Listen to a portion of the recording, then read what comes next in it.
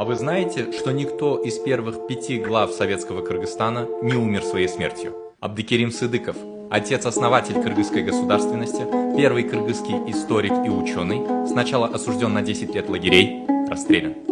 Иманалы Айдарбеков за свою независимую политику и противостояние с Москвой сначала снят с должности, а затем обвинен в национализме, расстрелян. Абдыкадыр Орозбеков.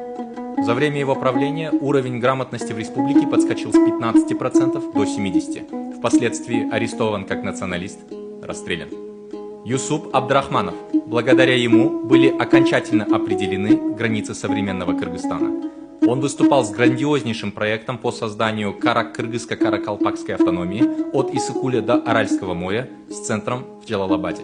Абдрахманов крайне скептично относился к сталинским мероприятиям и старался вести независимую политику. Впоследствии был обвинен в пантюркизме и национализме, расстрелян. Баялы Исакеев вел обширную политику по ликвидации неграмотности в республике, расстрелян.